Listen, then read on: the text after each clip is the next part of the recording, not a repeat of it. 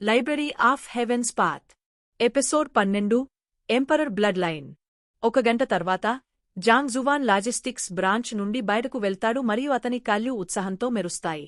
అది అతని పూర్వ స్వరూపం అయి ఉంటే ఈరోజు అతన్ని ఇతరులు ఉపయోగించుకునేవారు. అయితే లైబ్రరీ ఆఫ్ హెవెన్స్ పాత్తో అతని జీవితం మరొక దిశ వైపు పూర్తిగా మలుపు తిరిగింది. బహుశా నేను అధిగమించడం ఒక వరం కావచ్చు. ఈ రకమైన ఉత్తేజకరమైన జీవితం కోసం నేను ఆశిస్తున్నాను. జాంగ్ జువాన్ తన పెడికిలి బిగించి గాలిని పీల్చుకుంటాడు.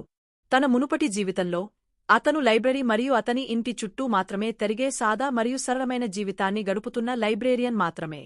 అతను అలా కొనసాగినా అతను తన జీతం క్లెయిమ్ చేసుకుంటూ తన లక్ష్యం లేని జీవితాన్ని కొనసాగిస్తాడు. అయితే ఇక్కడ పరిస్థితులు భిన్నంగా ఉంటాయి. లైబ్రరీ ఆఫ్ హెవెన్స్ పాత్ అని పిలువబడే గొప్ప బహుమతి ప్యాకేజీతో బహుశా అతను మరింత ముందుకు నడిచి బలంగా మారగలడు. అతను పూర్తిగా కొత్త మరియు ఉత్తేజకరమైన జీవితాన్ని గడపగలడు. ఈ సమయంలో జాంగ్ జువాన్ చివరకు ప్రపంచంలో భాగమయ్యాడు. తన మాతృభూమికి ఈ ప్రపంచానికి మధ్య ఉన్న సందిగ్ధత గురించి అతను ఇకపై తన హృదయంలో పోరాడటం లేదు. నన్ను లాగవద్దు, నన్ను చనిపోనివ్వండి, నేను చనిపోవాలనుకుంటున్నాను. అతను రహస్యంగా సంబరాలు చేసుకుంటున్నప్పుడు చాలా దూరం నుండి గుచ్చుకునే ఏడుపు అతనికి వినబడుతుంది. అది ఒక ఉన్మాద ఎద్దులా ఢవనిస్తుంది. దీనివలన ఒకరి గుండె బాధతో చెరిగపోతుంది. వెనక్కి తిరిగి చూస్తే అతను అకాడమీలోని మానవ నిర్మిత సరస్సు వైపు దూసుకుపోయి దానిలోకి దూకి ఆత్మహత్య చేసుకునే లావుపాటి అరుపును చూస్తాడు. లావుపాటి ఆ వ్యక్తి వెనుక ఎవరూ అతన్ని ఆపడానికి ప్రయత్నించరు. లావుపాటి ఆ వ్యక్తి కూడా ఆగకుండా అరుస్తున్నప్పటికీ ముందుకు దూకడు. అకస్మాత్తుగా అతను వెనక్కి తిరిగే తన పక్కన ఉన్న ఒక విద్యార్థి అరచేతిని పట్టుకుని తనపై వేసుకుంటాడు. ఆ విద్యార్థి తనను వెనక్కి లాగుతున్నట్లు అనిపిస్తుంది. తర్వాత అతను అరుస్తూనే ఉన్నాడు, నన్ను లాగవద్దు, నన్ను చనిపోనివ్వండి, నేను ఇక జీవించాలనుకోవడం లేదు. అందరూ నోరు మెదపలేదు. అది చాలా సిగ్గులేనిది. జాంగ్ జువాన్ తల ఊపాడు. ఈ లావుపాటి వ్యక్తి చనిపోవాలని అనుకోకపోయినా ఆత్మహత్య చేసుకోకుండా తనను తాను నిగ్రహించుకున్న వ్యక్తి యొక్క నకిలీ చిత్రాన్ని చిత్రీకరించాలని పట్టుబడుతున్నాడు. అతను నిజంగా సిగ్గులేనివాడు. ఈ వ్యక్తి చనిపోలేడని తెలిసి ఇకపై అతనితో బాధపడలేడు. బదులుగా అతను తన సొంత తరగతి గది వైపు నడుస్తున్నాడు. అతను చాలా దూరం నడవడానికి ముందే భూమి వణుకుతుండగా అరుపుల స్వరం అతనిపై దగ్గరగా ఉన్నట్లు అనిపిస్తుంది. దాని తర్వాత ఒక జత మందపాటి చేతులు అతని కాలును కోవెలించుకున్నాయి. గురువు, నేను మిమ్మల్ని వేడుకుంటున్నాను, దయచేసి నన్ను మీ శిష్యుడిగా అంగీకరించండి. వారందరూ నా పరిమాణం కారణంగా నన్ను ధిక్కరిస్తారు మరియు నన్ను తిరస్కరిస్తారు.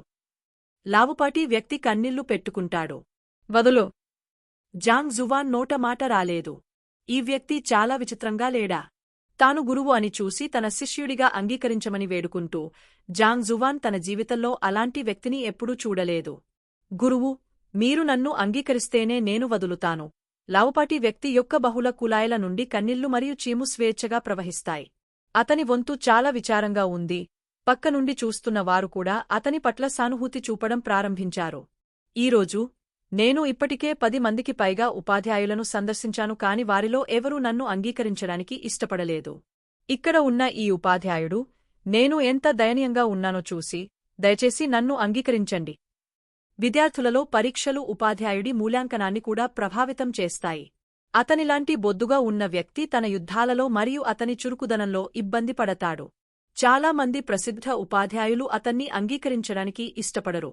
నేను నిన్ను అంగీకరించాలని మీరు కోరుకుంటే మీరు కనీసం మీ సామర్థ్యాలను నాకు చూపించాలి.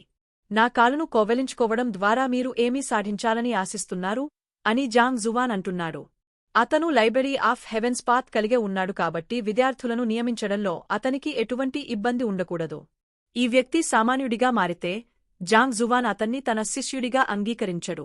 గురువు, నన్ను మీ శిష్యుడిగా మీరు అంగీకరించాలి. నేను చాలా సమర్థుడిని. లావుగా ఉన్న వ్యక్తి నెమ్మదిగా తన చేతులను వదులుకోవడానికి ముందు సంకోచంగా పైకి చూస్తాడు. నువ్వు సమర్థుడివో కాదో తెలుసుకునే ముందు మనం చూడాలి. అంతగా చెప్పడం వల్ల ప్రయోజనం లేదు. అతను ఇంకా తన పట్టును వదులుకోవడానికి కొంచెం ఇష్టపడటం చూసి జాంగ్ జువాన్ అతన్ని అవమానంగా తన్నాడు. ఇదేంటి? ఒక మహిళా విద్యార్థి తన కాలును కోవెలించుకోవడం ఒక విషయం. అయితే అతను మగవాడే కాదు, లావుగా కూడా ఉన్నాడు. దాని గురించి ఆలోచించగానే అతను వణుకుతాడు. సరే, నా సామర్థ్యాలను చూడండి, లావుగా ఉన్న వ్యక్తి తనను తాను అవమానించుకోడు. అతను లేచి నిలబడి చుట్టుపక్కల ప్రాంతాలను పరిశీలిస్తాడు. తరువాత అతను కొద్ది దూరం నుండి కొన్ని కాంక్రీట్ దిమ్మెలను మోసుకెళ్తాడు. ఆ తర్వాత తన చేతులతో ఒకదాన్ని పైకి ఎత్తి తన తలను దానిలోకి పగులగొడతాడు. కాంక్రీట్ దిమ్మె పగిలిపోతుంది. ఆ తర్వాత అతను మరికొన్ని కాంక్రీట్ దిమ్మెలను మోసుకెళ్లి తన మోచేయి మరియు కాలు ఉపయోగించి దానిని పగులగొడతాడు. మినహాయింపు లేకుండా అవన్నీ ముక్కలైపోతాయి.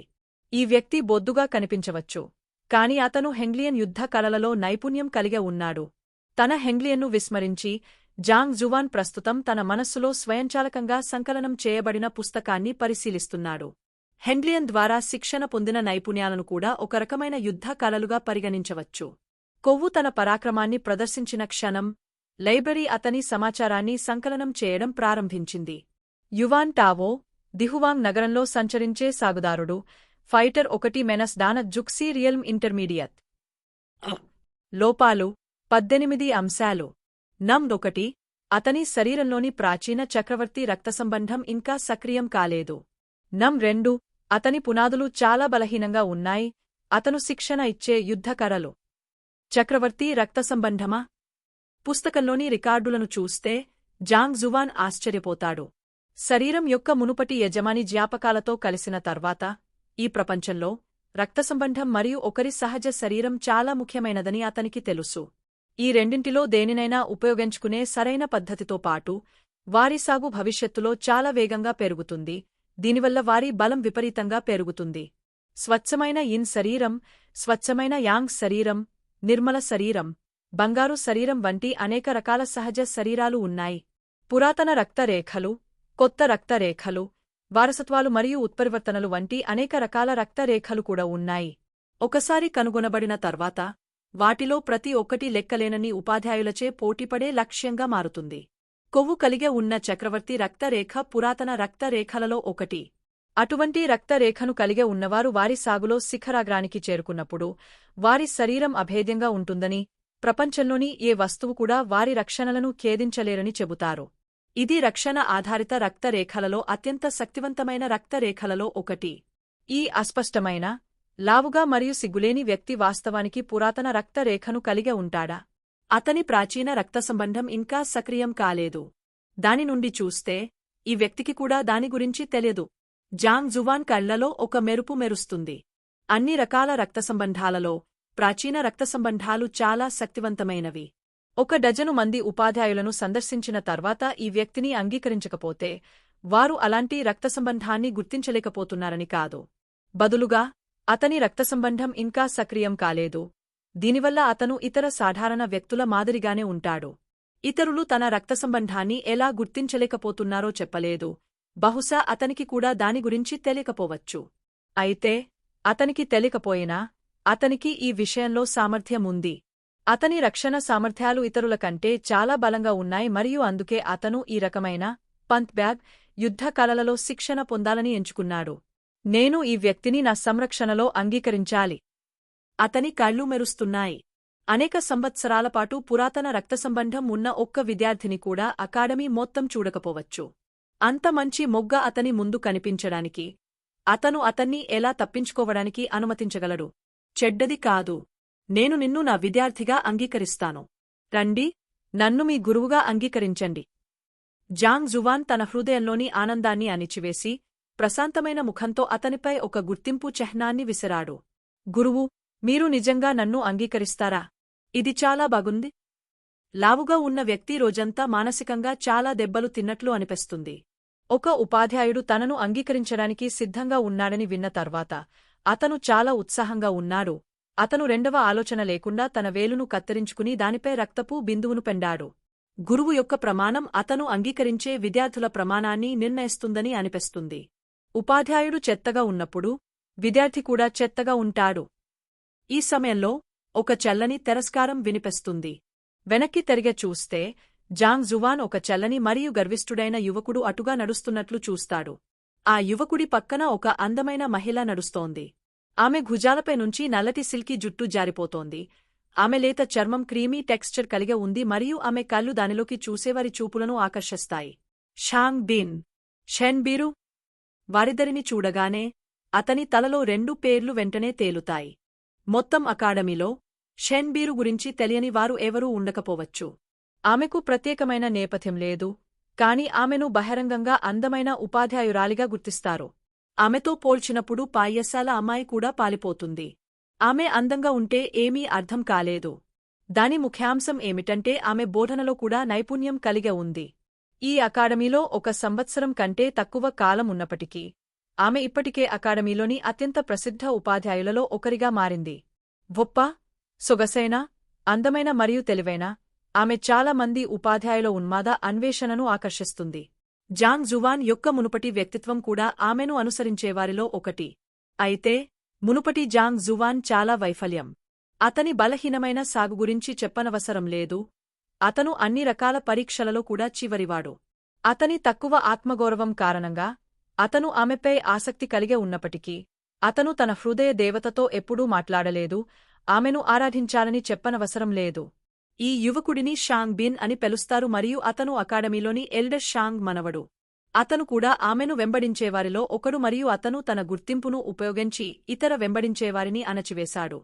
జాంగ్ జువాన్ కూడా షెన్బీరు పట్ల ఆసక్తి కలిగి ఉన్నాడని, వారు కలిసినప్పుడల్లా అతన్ని అవమానించేవాడని, కొన్నిసార్లు శారీరక హింసకు కూడా పాల్పడతాడని అతనికి ఏదో ఒక మూలం నుండి సమాచారం అందినట్లు తెలుస్తోంది. అయితే షెన్బీరు అతని పట్ల ఆసక్తి చూపడం లేదు. ఆమె అంతటా ఆమె ఎవరిపైనా ఆసక్తి లేనట్లుగా అందరితో చల్లగా ఉంది. షాంగ్ బిన్ను బాధపెట్టి మరియు నిస్సహాయంగా వదిలివేసింది. ఎవరిని చెత్తగా అవమానిస్తున్నావు? షాంగ్ బిన్ అదుపులేని వ్యంగ్యం విని జాంగ్ జువాన్ కోపం తెచ్చుకోకుండా వెనక్కి తిరిగి చూశాడు. చెత్త మీకు అవమానకరంగా ఉంది. షాంగ్ బిన్ ధిక్కారంగా నవ్వుతుంది. ఓహ్, చాలా చెత్త నాకు అవమానకరంగా ఉంది. చాలా దుర్వాసనగా ఉంది. చాలా దుర్వాసనగా ఉంది. జాంగ్ జువాన్ తన ముక్కు ముందు తన చేతిని ఊపుతూ అసహ్యకరమైన వ్యక్తీకరణను ప్రదర్శిస్తుంది. ఇప్పుడే షాంగ్ బిన్ స్పందిస్తాడు. అకాడమీలోని చెత్త ఉపాధ్యాయుడు ఎగతాళి చేయడంతో అతని ముఖం ఎర్రగా మారుతుంది. చక్రవర్తి రక్తరేఖ, లాంగ్జీ రక్తరేఖ. పురాతన చైనాలో వారు ఒకరి భవిష్యత్తును నిర్ణయించడానికి ఒకరి ముఖ లక్షణాలను చూడటం అని నమ్ముతారు. సహజంగానే ప్రభువులకు ఉద్దేశించిన వ్యక్తికి ఒక ముఖం కూడా ఉంటుంది. ఈ గొప్ప ముఖాలలో ఒకటి ఈ లాంగ్జీ ముఖం. దీనిని సాధారణంగా చక్రవర్తి ముఖం అని పిలుస్తారు. ఈ వ్యక్తి బొద్దుగా అనిపించవచ్చు, కాని అతను హెన్లియన్ యుద్ధ కళలలో నైపుణ్యం కలిగి ఉన్నాడు. హెన్లియన్ అనేది శిక్షణ యొక్క ఒక మార్గం మరియు అక్షరాల క్రూరమైన బలం ద్వారా శిక్షణ అని అర్థం. యుద్ధ కళలలో శిక్షణకు 3 ప్రధాన మార్గాలు ఉన్నాయి: వెన్లియన్, బులియన్ మరియు హెంగ్లియన్. బైడు ప్రకారం 3 వేర్వేరు శిక్షణ మార్గాలు యుద్ధ కళాకారులను వేర్వేరు శిఖరాలకు దారితీస్తాయి. హెంగ్లియన్ అనేది వారి శరీర భాగాలకు శిక్షణ ఇవ్వడానికి ఒకరి శరీరాన్ని కఠినమైన వస్తువుపై కొట్టడం ఉపయోగించే పద్ధతిని సూచిస్తుంది. నేటికీ హెంగ్లియన్ను కొంతమంది శిక్షణ మార్గంగా ఉపయోగిస్తున్నారు. ఐరన్ హెడ్ స్కిల్స్ లాగా వారు చిన్నప్పటి నుండే ఘన వస్తువులపై తమ తలను పగులగొట్టుకుంటారు.